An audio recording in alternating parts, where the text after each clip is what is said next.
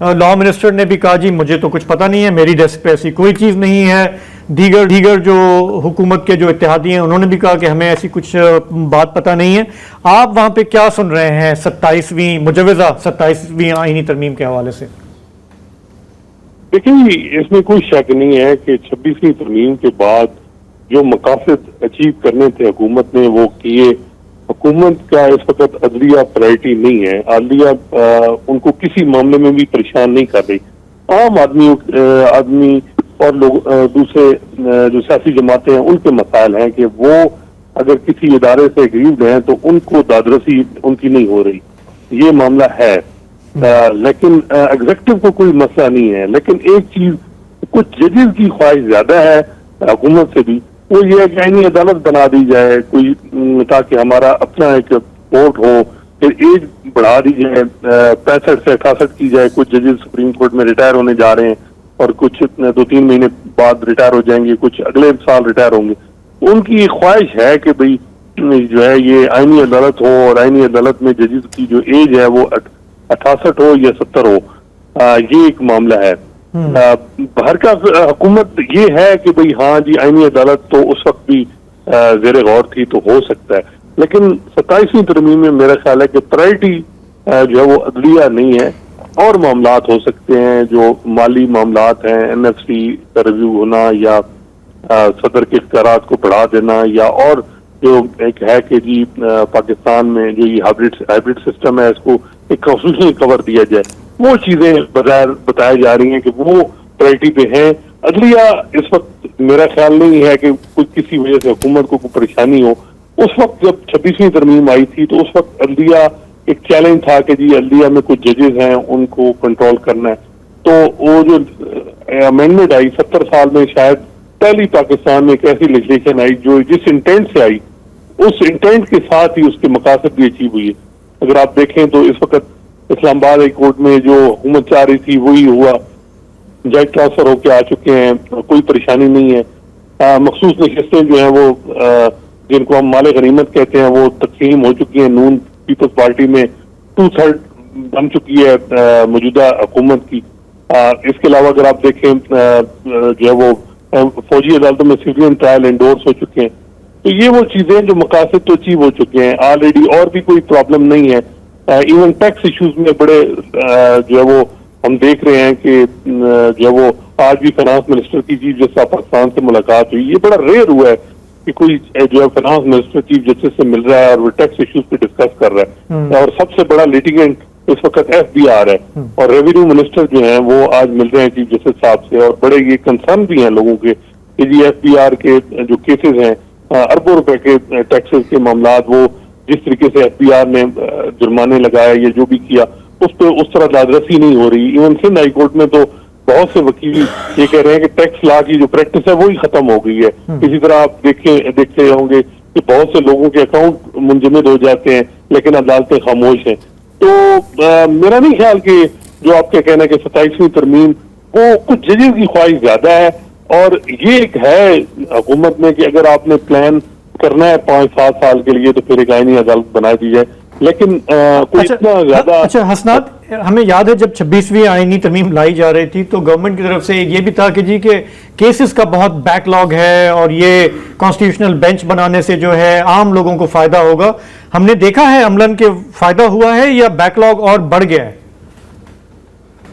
دیکھیں جب سے سپریم کورٹ میں 8 نئے جج آئے ہیں فروری کے بعد سے, تو ہم دیکھ رہے ہیں کہ پینڈنسی مزید بڑھی اور اس وقت 57,000 سے زائد پینڈنگ کیس ہیں. اس وقت 55,000 تھے فروری میں. سمجھ نہیں آ رہی کہ کیوں پینڈنسی بڑھی ہے. بظاہر یہ بھی ہے کہ اگر یہ اب اس وقت سپریم کورٹ میں 25 جج ہیں تو یہ پینڈنسی بھی ختم ہو جائے گی, تو پھر ججز کی یعنی پھر ضرورت کیا ہوگی. اور اس وقت ایک جج جو ہے وہ اس کی تنخواہ بھی ماشاءاللہ اچھی 26ویں ترمیم کے بعد اچھی خاصی تنخواہ ہے, 27 لاکھ کے قریب ہے. ہونڈا سیوک نئی گاڑی ہر جج کو مل گئی ہے, اور بھی پرسنل پریویلیجز جو ہے وہ بڑھائے گئے. تو میرا خیال ہے کہ حکومت کو یہ مقصد یہ سامنے تو رکھا گیا تھا پینڈنسی, لیکن سب کو پتا تھا کہ مقصد وہ تھا کہ جی جو ایک جوڈیشری سے کوئی ایک کہ ہے کہ بھئی اس کو کنٹرول کرنا، وہ اصل تھا اور وہ ان کا اچیو ہو چکا۔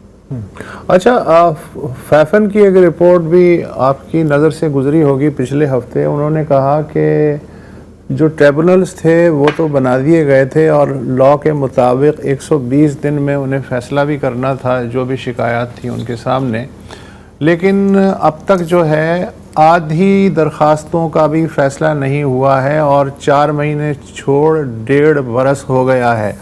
تو گورنمنٹ کا تو اطمینان سمجھ میں آتا ہے، تو کیا دوسری پارٹی کو بھی انٹرسٹ نہیں ہے کہ وہ تھوڑی ہل جل کرے کہ بھائی یہ کیا ہو رہا ہے، کم از کم شکایات کا ہی فیصلہ کر دو؟ دیکھیں، جو اگریو پارٹی ہے پی ٹی آئی، ان کے تو اس وقت مسائل اور بہت زیادہ ہیں۔ 9 مئی کے کیسز ان کے 300 سے زائد لوگ اس وقت سزائیں ہو چکی ہیں، مزید سزائیں ہوں گی، اور بھی بڑے ان کے لیے پریشانیاں ہیں۔ چیف جسٹس پاکستان یحییٰ افریدی صاحب نے 9 مئی کے کیسز کے لیے تو 4 مہینے کی ڈیڈ لائن دی، اور باقاعدہ چیف جسٹس صاحبان جو ہائی کورٹ کے تھے ان کو کہا کہ جی آپ مانیٹر کریں، اور وہ اپنے جو ان کی ڈائریکشن تھی وہ تقریباً جب وہ پوری بھی ہوئی، اور وہ جس طریقے سے زیادہ تر سزائیں ہو چکی ہیں۔ ابھی ایک جی ایچ کیو حملہ کیس راولپنڈی میں پینڈنگ ہے، وہ بھی وجہ یہ ہے کہ عمران خان صاحب جب یہ اپرچونٹی ملتی ہے کہ وہ کیس ہو تو اس میں وہ میڈیا سے بات کرتے ہیں اور آگے پیچھے، تو بظاہر حکومت نہیں چاہ رہی کہ وہ کیس لگائے، اتنی جلدی کیا جائے۔ باہر کا جو یہ الیکشن ڈسپیوٹ کا معاملہ ہے، یہ نہ اس میں کوئی عدالتوں میں کا انٹرسٹ ہے کہ جی یہ کیس آرٹیکل 225 ہے جس میں ہے کہ الیکشن پٹیشن جو ہے وہ الیکشن ٹریبونل کرے گا ڈیسائیڈ، اور ایک باقاعدہ ایک لا کے تحت 4 مہینوں میں ڈیسائیڈ ہونی ہے، لیکن نہیں ہو رہی۔ اس کی طرف سے بھی خاموشی ہے، پی ٹی آئی کی طرف سے بھی خاموشی ہے۔ حکومت کو کوئی ایسا مسئلہ نہیں ہے۔ الیکشن ٹریبونل جو بنائے تھے لاہور ہائی کورٹ میں، ملک شہزاد جو فارمر لاہور ہائی کورٹ کے چیف جسٹس تھے، وہ الیکشن ٹریبونل سے ان ججز کو ہٹا دیا گیا۔ بعد میں حکومت نے نئے قانون کے تحت ریٹائرڈ ججز کو جو وہ الیکشن ٹریبونل اپوائنٹ کیا۔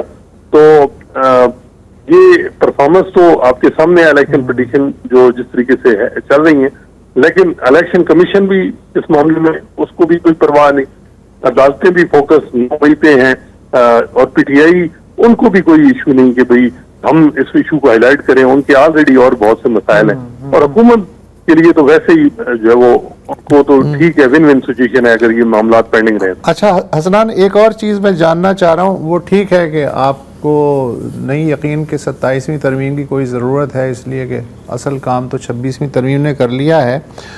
ایک سوچ یہ بھی ہے کہ 27ویں ترمیم نہیں آئے گی، 26ویں ترمیم میں ہی جو شقیں ہیں ان میں تھوڑا بہت جو ہے امینڈمنٹ کر کے کام چلا لیا جائے گا، اور اس میں جو سب سے امپورٹنٹ نقطہ کچھ وکیل اٹھا رہے ہیں وہ یہ ہے کہ ججوں کی بین الصوبائی ٹرانسفر، اس میں ظاہر ہے کہ سینیورٹی وغیرہ بھی متاثر ہوئی، اسلام آباد ہائی کورٹ میں سب معلوم ہے کہ شور وور بھی مچا۔ اس میں ایک سب سے امپورٹنٹ چیز وہ یہ ہے کہ کوشش یہ ہو رہی ہے کہ پہلے یہ ہوتا ہے اب تک کہ دونوں ہائی کورٹس کے چیف جسٹس اور خود وہ جج جس کا ٹرانسفر ہونا ہے اور پلس صدر کے نوٹس میں بھی ہونا چاہیے، تب کہیں جا کے ٹرانسفر ہو سکتا ہے۔ لیکن اب وہ یہ کہہ رہے ہیں کہ جو ڈیٹ آف جوائننگ ہے وہاں سے سینیورٹی یا جونیئر شمار ہوگا، اور جو ٹرانسفر کا حق ہے، یہ جو پروسیس ہے، اس کی بجائے یہ جوڈیشل کمیشن کو دے دیا جائے گا، اور جوڈیشل کمیشن میں تو آپ کو پتہ ہے کہ کس کی اکثریت ہے۔ تو یہ ایک تلوار لٹک رہی ہے یا نہیں؟ دیکھیں، حکومت اگر اس وقت تو 2/3 اس کے پاس ہے، جس دن چاہے وہ کر لے۔ فی الحال جو ہے وہ ٹرانسفر کی بھی ضرورت نہیں ہے، کیونکہ آلریڈی اسلام آباد ہائی کورٹ میں انہوں نے جو مقصد تھا وہ اچیو ہو گیا، سپریم کورٹ سے انڈورسمنٹ مل گئی۔ ہاں یہ ہے کہ ابھی انٹر کورٹ اپیل پینڈنگ ہے، اور سپریم کورٹ کا ایک سیکشن چاہتا ہے کہ سرفراز ڈوگر صاحب نہ رہیں، میاں گل صاحب چیف جسٹس بنے۔ تو میں بھی حکومت جو ہے وہ یہ امینڈمنٹ لے آئے، اس میں کوئی شک نہیں۔ لیکن ہم یہ دیکھ رہے ہیں کہ یہ جو خبریں لگ رہی ہیں اور آگے پیچھے، یہ زیادہ تر ججز کی خواہش زیادہ ہے حکومت سے زیادہ۔ ٹھیک ہے، تھینک یو سو مچ کہ آپ نے جو ہے شکوک و شبہات کچھ کم کرنے کی کوشش کی۔